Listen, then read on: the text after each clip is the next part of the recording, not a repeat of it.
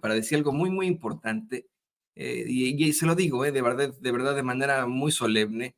Hoy se cumple un aniversario más de una terrible masacre en México, la masacre de 1968. Hoy es 2 de octubre, y la realidad es que esa no fue ni la primera ni la última a la que nos enfrentamos los mexicanos. No fue el primer acto de autoritarismo, de injusticia, de circunstancias terribles a las que nos tuvimos que enfrentar por gobiernos corruptos, sumamente violentos y precisamente autoritarios. Eh, Hoy el queridísimo doctor Eduardo Sabugal nos hace una reflexión muy importante que va precisamente de eso, desde Tlatelolco hasta Ayotzinapa.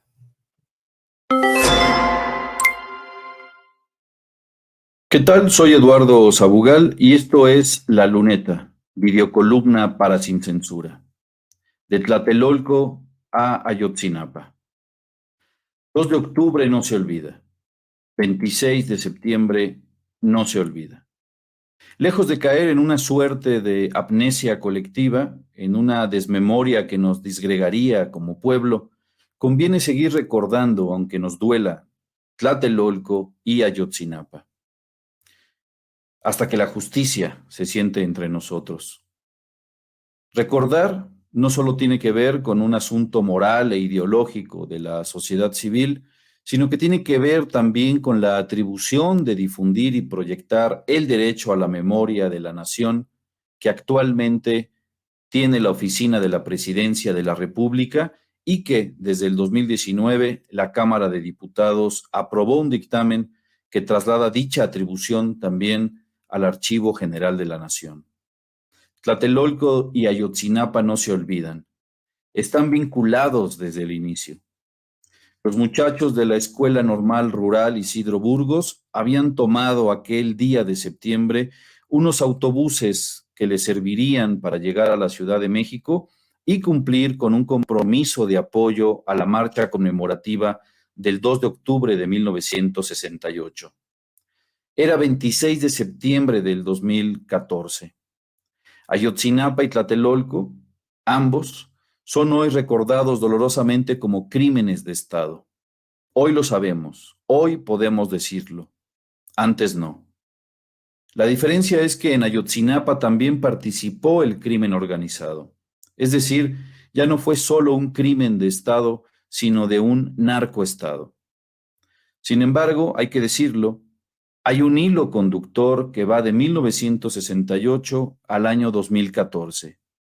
Una podredumbre paulatina e histórica del Estado mexicano que poco a poco fue estrechando cada vez más sus vínculos con el crimen organizado.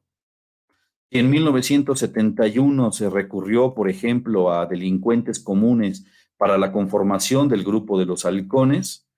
Al finalizar la década de los años 80 y en adelante, se fue formando a través de la complicidad y la corrupción lo que se ha dado en llamar un narcoestado. Si hay una diferenciación desde el punto de vista cualitativo entre la matanza del 2 de octubre de 1968 y la desaparición forzada y la probable ejecución de los 43 normalistas de Ayotzinapa, debido a la propia evolución de las características del Estado y el acontecer mismo de ambos eventos, ambas tragedias, sin embargo, forman parte de una misma deriva histórica de un partido de Estado post-revolucionario que, al decir de José Revueltas, optó por la barbarie. Cabe destacar también como factor diferencial el tratamiento completamente distinto en ambos crímenes de Estado. Dicho tratamiento diferenciado tiene que ver con la coyuntura histórica específica de la Cuarta Transformación. Si bien es cierto que durante mucho tiempo, décadas, el Estado encubrió los crímenes cometidos por algunas de las autoridades del Estado, dentro de una inercia de un movimiento orgánico que perpetuaba la impunidad y el pacto de silencio en los sucesivos relevos sexenales, hay que decir que a partir del 2018 hubo un cese abrupto de dicho movimiento orgánico, tornándose un nuevo movimiento coyuntural que permitió por primera vez una autocrítica del Estado como institución, una ruptura del pacto de silencio y una nueva comprensión de la cultura jurídica y de la impartición de justicia. Sí, con el Estado de Derecho, pero también parece ir más allá del Estado de Derecho. La oscuridad engendra violencia y la violencia pide oscuridad para cuajar el crimen. Así iniciaba el poema de Rosario Castellanos, Memorial del Tlatelolco.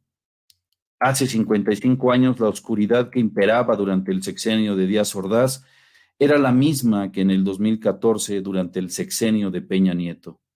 El mismo partido en el poder, las mismas inercias, las mismas complicidades, la misma impunidad. Sin embargo, la búsqueda de luz, el propio pueblo mexicano mantuvo pese a todos los obstáculos y resistencias, sigue siendo una especie de contrapunto. En octubre del 2021, mediante un decreto presidencial, se creó la Comisión para el Acceso a la Verdad, el Esclarecimiento Histórico y el Impulso a la Justicia de las violaciones graves a los derechos humanos cometidas de 1965 a 1990. Fue otra forma de decir 2 de octubre no se olvida. El plan de trabajo entre esa comisión y la Sedena consideró 5 puntos casi inverosímiles si se revisa el modo de actuar del viejo régimen.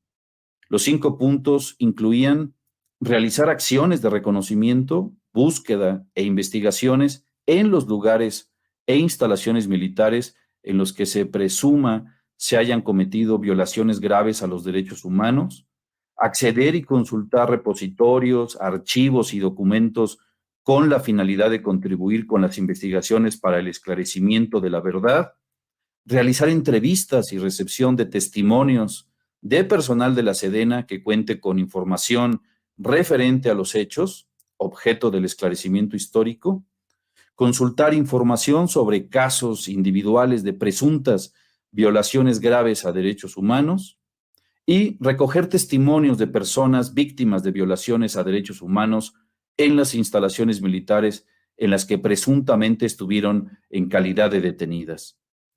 Respecto al caso de Ayotzinapa, hacer justicia y esclarecer qué pasó aquella noche trágica del 26 de septiembre del 2014 es un asunto de Estado. Aún está pendiente dar con el paradero de 40 de los 43 muchachos normalistas. Aún falta mucho por saberse. Sigue siendo una herida abierta. Mediante un decreto firmado el 4 de diciembre del 2018, se creó la COBAJ, Comisión para la Verdad y Acceso a la Justicia del caso Ayotzinapa. Desde hace 5 años, esa comisión ha conformado un equipo de trabajo autónomo, interdisciplinario, presidido por la Secretaría de Gobernación, por conducto del subsecretario de Derechos Humanos, quien ha trabajado en 4 ejes: el acopio de información, la ruptura del pacto de silencio, continuar con la búsqueda y el fortalecimiento de la judicialización. Pese a que el caso sigue abierto, por una absurda incomprensión o malsana intención reaccionaria, se han alzado voces contra la COBAJ y en particular contra Alejandro Encinas. Voces que han confundido al portador de luz con la oscuridad misma, que han terminado por atacar al gobierno que ha puesto toda la voluntad política para esclarecer el caso, con avances concretos que el subsecretario ha descrito ampliamente en su segundo informe, presentado la semana pasada, en lugar de señalar al gobierno del sexenio anterior en el que se protegió a los perpetradores del crimen. Solo la historia pondrá en su lugar las cosas, como siempre. Pero mientras tanto, no olvidemos, nos siguen faltando 40. Arrojar luz sobre el 2 de octubre y el 26 de septiembre permitiría que eventos así no regresaran nunca, que no se repitan esas atrocidades. El final de aquel poema de Rosario Castellanos aludía al poder del recuerdo. Esta es nuestra manera de ayudar a que amanezca sobre tantas conciencias mancilladas, sobre un texto iracundo, sobre una reja abierta, sobre el rostro amparado tras la máscara. Recuerdo, recordemos, hasta que la justicia se siente entre nosotros. Bueno, pues ahí lo tiene usted. Qué interesante esto que nos plantea el doctor Eduardo Sabugal aquí en Sin Censura. Qué interesante y dura reflexión nos hace. Y bueno, pues por supuesto que estaremos muy, muy pendientes de lo que vaya a ocurrir hoy. Usted sabe, todos los 2 de octubre se hace una manifestación, una protesta, una marcha incluso hacia el Zócalo. Es histórico que hasta existan circunstancias, pues vamos, violentas, ¿no? En este día de manifestaciones, sé que estaremos muy, muy pendientes de lo que pueda llegar a pasar. Mientras tanto, pues